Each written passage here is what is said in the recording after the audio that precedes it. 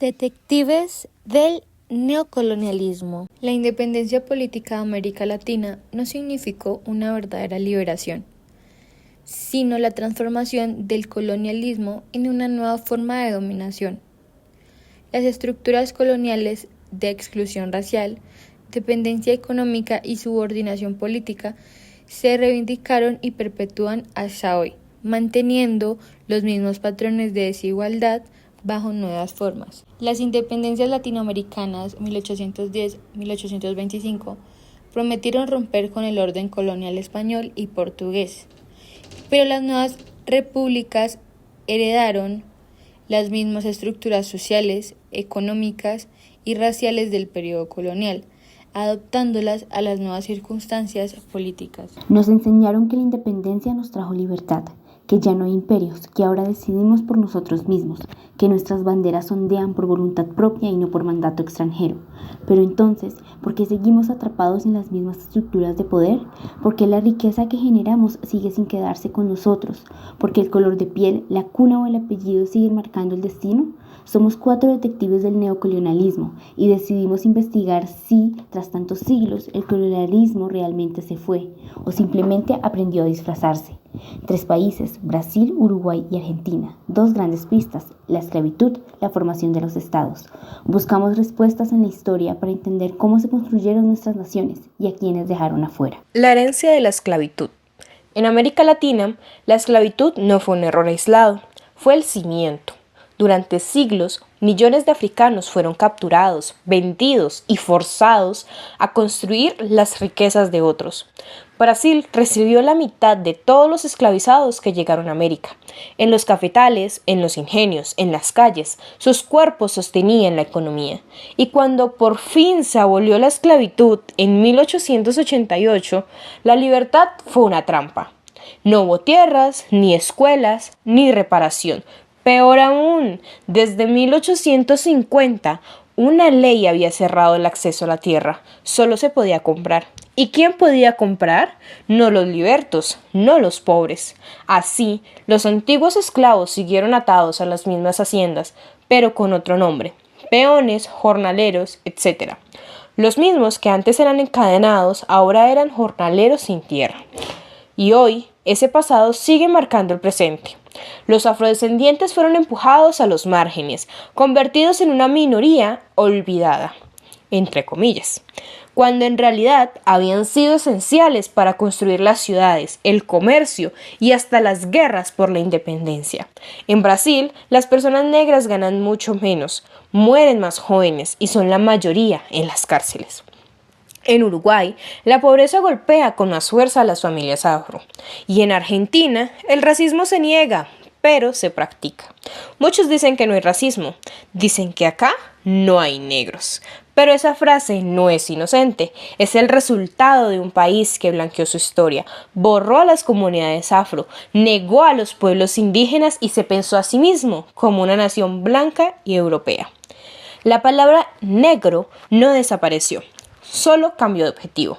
Hoy se usa para insultar al pobre, al que vive en una villa, al migrante boliviano o paraguayo, o a cualquiera que no encaje en ese modelo blanco. Es lo que algunos llaman racismo sin racistas. Tras la independencia, nuestros países no solo construyeron nuevas banderas, construyeron también unidad de nación, pero esa nación no era para todos. Era un proyecto pensado de las élites, blancos, europeos y propietarios. En Argentina la frase civilización o barbarie lo resumía todo. Europa era la civilización, de modo que lo indígena, lo afrodescendiente, lo mestizo, todo eso era la barbarie que había que eliminar. Por eso se alentó la llegada de millones de inmigrantes europeos y también se organizó una campaña militar para vaciar el sur del país, la llamada conquista del desierto. Miles de personas de pueblos originarios fueron asesinadas o expulsadas y sus tierras repartidas entre familias ricas y militares cercanos al poder. En Uruguay pasó algo similar. En 1831 el Estado organizó una emboscada para matar a los charrúas. Fue una masacre y marcó el fin de la presencia indígena visible en el país. En Brasil, el imperio se mantuvo hasta 1889. El poder seguía en manos de los grandes dueños de tierras, los mismos que habían sostenido el sistema esclavista.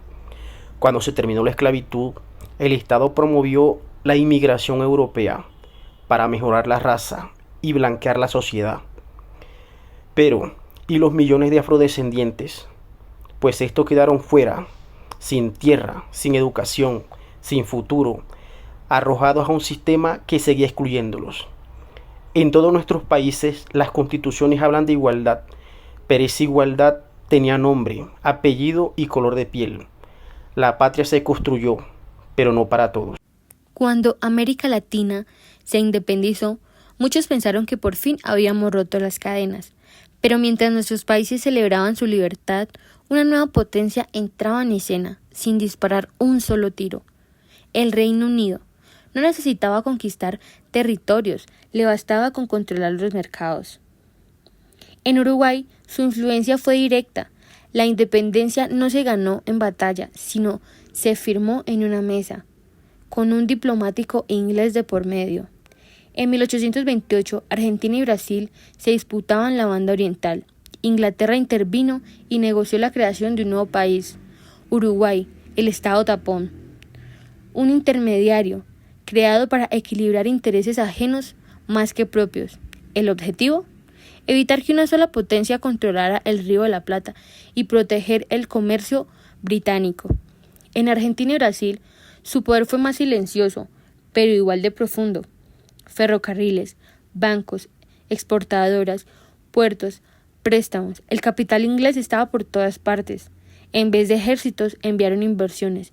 En vez de banderas, impulsaron el comercio. Incluso su gesto humanitario respondía a sus intereses. En Brasil, Inglaterra presionó para acabar con el tráfico de esclavos, pero antes había sido uno de sus mayores promotores. Solo cuando necesitó nuevos mercados consumidores cambió su discurso. En nombre del libre comercio, diseñaron un mapa donde todo les servía: lo que producimos, cómo lo exportamos y a quién le debíamos.